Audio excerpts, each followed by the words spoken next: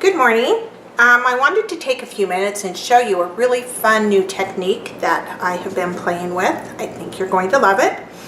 First of all, this is our new Annuals Inspiration catalog. If you don't have your copy yet, you want to make sure you contact me so you can get this. You can start ordering out of this on September 1st. This book is good for the entire year and it has all of the basics in it. Lots of new accessories, some new products. You're really going to love this book. And this one is called Holiday Expressions, and this is the first of 3 supplements that we'll be releasing. And so this one has all of your fall holidays in it. There's Halloween and Thanksgiving and Christmas. There's a really beautiful new Christmas paper packet. Here we go. It is called White Pines. Really beautiful papers. I think you're going to love it. In the back is where you find the stamps of the month. And this one is for September and it's called Paper Garden. And this is the one I'm going to work on for the project. These are the 7 new colors featured in the new book. They're beautiful jewel tones. There's fern, eggplant, poppy, saffron, peacock, pomegranate, and sapphire. And so we have the ink pads, the re-inkers, and the papers that match.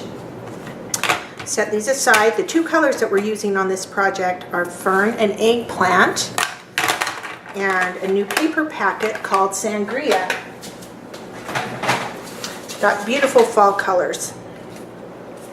This is the card that I'll be demonstrating, and it's got this beautiful ombre effect that I achieved with the new watercolors. And along the top there is some stitching, but it's not really stitching. This is faux stitching. It's super easy and quick, and you can see one of the patterns from the new Sangria paper.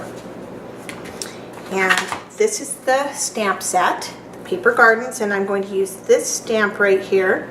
Oh, before we move on to that, let me show you one other card that I made with the stamp of the month. So this one, I used the single flowers and the leaves and some more of the Sangria paper. You can see the beautiful patterns. And this stamp comes from one of 3 sets that will be available during National Stamping Month. So those will be available soon. Okay, I need my little square of watercolor paper. Wasn't where it was supposed to be. So this is not regular white cardstock. This is watercolor paper, which you need to have to watercolor with. Okay, I need to ink up the stamp. I'm using flaxen ink. For a large stamp like this, it's much easier for me to flip it over and use the stamp pad directly on the stamp. And I'm going to stamp with the stamps coming just off the bottom of this paper. I'm going to press firmly so I get a good impression. And there we have this beautiful stamp on the paper. The surface I'm working on, this is our multi-purpose map, all-purpose mat. This has been in the catalog for a little while. Really love this. It's got a silicone backing on it, so it's not going to slide around. It's going to stay put. It's heat resistant. It's really great for heat embossing. If you're using paint, markers, any kind of glue, anything you get on this, it's going to wipe right off. It's really awesome. I found with watercoloring, if I brush a little bit of water on this mat, then I can lay the paper in it and it's going to stay right in place. That water just holds it in place. I'm wetting my brush again. There we go. Now it's going to stay put. And I'm brushing water all over the surface of this paper. You want to have an old rag on hand that you can dry your brush. And these are the watercolors. You can see there's lots of colors to choose from. I'm going to use 3 colors. I'm using the darkest green, and that's going to go on the bottom. And you can continue to dip into your paint till you get the look that you like. I like the colors to be a little bit dark on here. And we can come back and work on this some more. I'm going to clean out my brush and then dip into this beautiful eggplant. Got a little bit too much water, so just dry your brush off on the rag, and then you can come back and pick up more of this beautiful red color. I really love this color.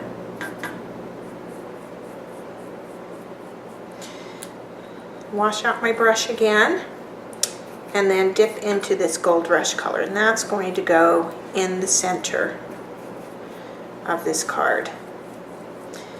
This particular color combination works so well with the patterned papers in the Sangria paper pack. So you can continue dipping into that paint. You want to blend the lines between the colors. You don't want a real abrupt change. I'm going to clean my brush. I want to bring just a little bit more of that green in and blend the color up just a little bit. Watercolors are very forgiving. There, you see how I've got that gradual fading.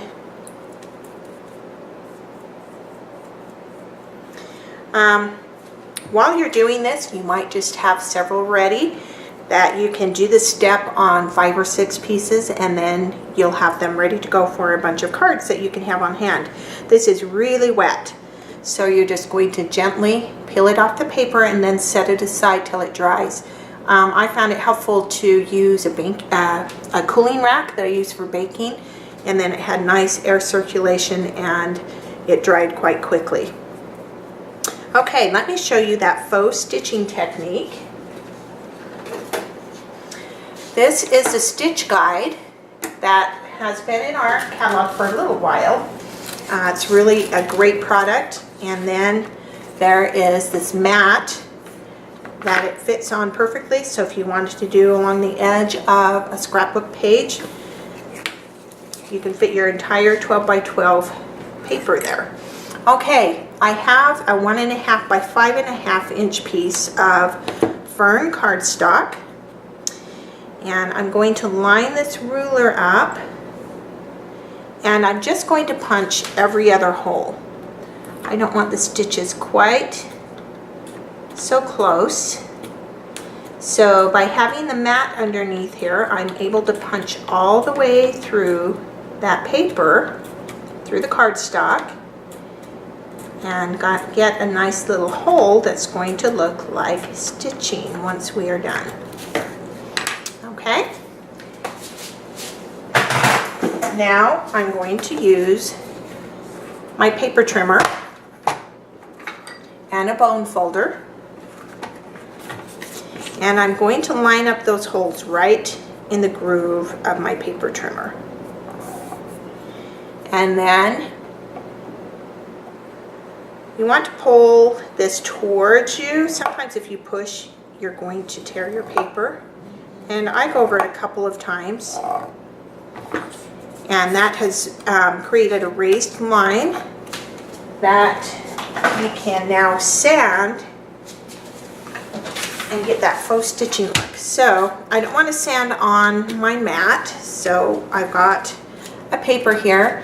And we have these really great sanding kits, and I love these little sanding blocks, and they're so pretty too. So I am just going to lightly sand over those holes that I punched and the line that I scored. And I'm going to lightly sand all of the paper. This white core cardstock is so great for distressing because you can sand away some of the top color, and then it creates this beautiful stitching line that was super easy to do. And again, that's on the side of this card. We did a really great project at convention when they were introducing us to watercolors, and we did this beautiful up page. This is so fun. Our theme for convention was up, and we actually had a visit from Carl and Russell, and I have my picture with them that I need to get developed, and it's going to go right here on the house. And so we just lightly watercolored the sky background on this page. So the watercolors are going to be perfect for cards as well as your scrapbook pages. I think you're going to love them. Thanks for watching, and I'll see you soon.